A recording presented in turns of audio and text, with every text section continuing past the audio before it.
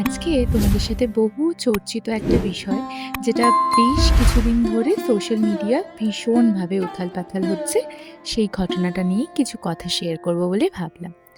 আসলে আমি কদিন ধরেই ফেসবুক খুললেই একটা মানুষের ভিডিও দেখতে পাচ্ছি, এবং সেখানে গিয়ে কখনো কখনো সেই ভিডিওর কমেন্ট বক্সে গেলে তোমরা অনেকেই হয়তো নোটিস করেছো যে অনেকেই আছে বিভিন্ন রকমের খারাপ কমেন্ট করছে। এর আগেও যখন সোহিনীদির কেসটা হয়েছিল, তখনও কিন্তু এই সেম জিনিস দেখা যায়।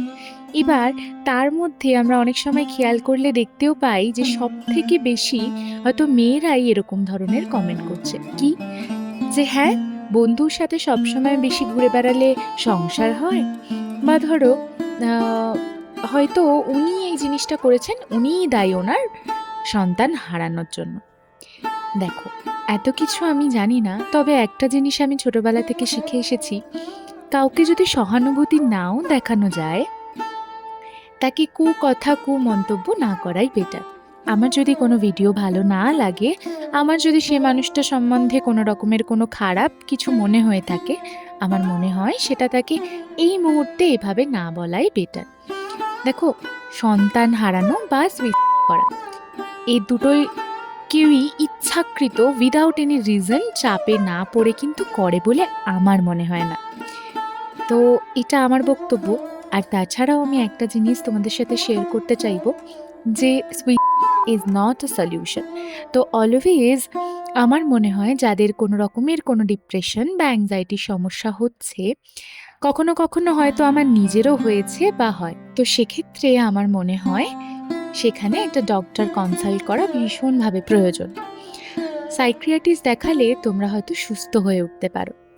বা ধরো যেই মোমেন্টে তোমার এই ধরনের জিনিসপত্র মনে হচ্ছে, তুমি সেই জিনিসটা থেকে বেরোনোর চেষ্টা করো। তাই এই সব যারা খারাপ মন্তব্য করছেন তাদের বলছি, এই মুহূর্তে দাঁড়িয়ে খারাপ মন্তব্য না করে যদি সে মানুষটার পাশে একটু থাকা যায়, আমার মনে হয় বেটার হয়। যাকগে, আমার কথা শুনে কেউ আমায় জাজ করবেন না। আজকে আমি সকালবেলা উঠেই ভেবেছিলাম এই সোফাটা গোছাবো। আসলে আমার এই সোফার কভারটা আমি প্রায় আজকে ৯ মাস হতে চললো আমার বিয়ে হয়েছে, পাইনি কোথাও। তো সেদিন আমি ডিমার্টে গিয়ে এই কভারটা পেয়েছিলাম, আর ভীষণ পছন্দ হয়েছে। আর এটা স্পেশালি এল শেপড সোফার জন্য। তো সেটাই নিয়ে এসেছিলাম, তাই সেইগুলো চেঞ্জ করছিলাম। তবে এই যে কুশন কভারগুলো দেখছো, এই কুশন কভারগুলো কিন্তু আমি অন্যরকমভাবে নিয়েছি। মানে এটা আলাদা করে নেওয়া, এটা কিন্তু এটার সাথে ছিল না। তবে বেশ ম্যাচিং হয়ে গেছে, তাই না? তো কথা বলতে বলতে আমার কিন্তু মোটামুটি অলমোস্ট পুরোটাই গোছানো হয়ে গেছে। তবে এটা এতটাই বড় ছিল না, আমি কিছুতেই ওটা বুঝে উঠতে পারছিলাম না যে কোন দিক থেকে কোন দিকে করলে এটা ঠিকঠাক শেপে আসবে। অনেক যুদ্ধ করে আমি কিন্তু মোটামুটি খুঁজে পেয়েছি। এতদিনে আমার এই সোফার কভারের টেনশনটা মিটলো, জানো তো? আমি না বড্ড খুঁতখুঁতে।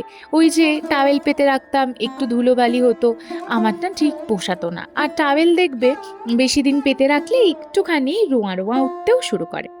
তো যাই হোক, এইভাবেই আমি সেদিনকে আমার সোফাটা প্রপার ডেকোরেট করে নিলাম। এরপরে না এটা তুলে এরকম যদি অন্য আরেকটা পাওয়া যায় তাহলে সেটা কিনে এনে রাখবো। আপাতত তো এটাই যথেষ্ট। আর আমাদের খুব একটা সোফায় এসে বসা হয় না, তাই নোংরা হওয়ার চান্সেস বেশ কম।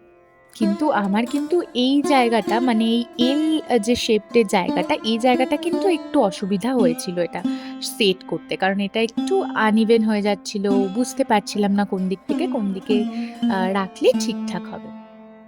তো অনেকটা কষ্টসিষ্ট করে এটা পুরোটা কমপ্লিট করার পরে তোমাদের কেমন লাগলো অবশ্যই কমেন্ট করে জানিও। আর আমাকে একটা কথা তোমরাও জানিও, যে এই যে বড় বালিশগুলো ছিল, এইগুলোর কভার আমি কোথা থেকে পেতে পারি। তো যাই হোক, এই টেবিলটাও কিন্তু আমি গুছিয়ে নিয়েছি। তো পুরো ফাইনাল লুকটা তোমাদের কেমন লাগলো অবশ্যই কমেন্ট করে জানিও।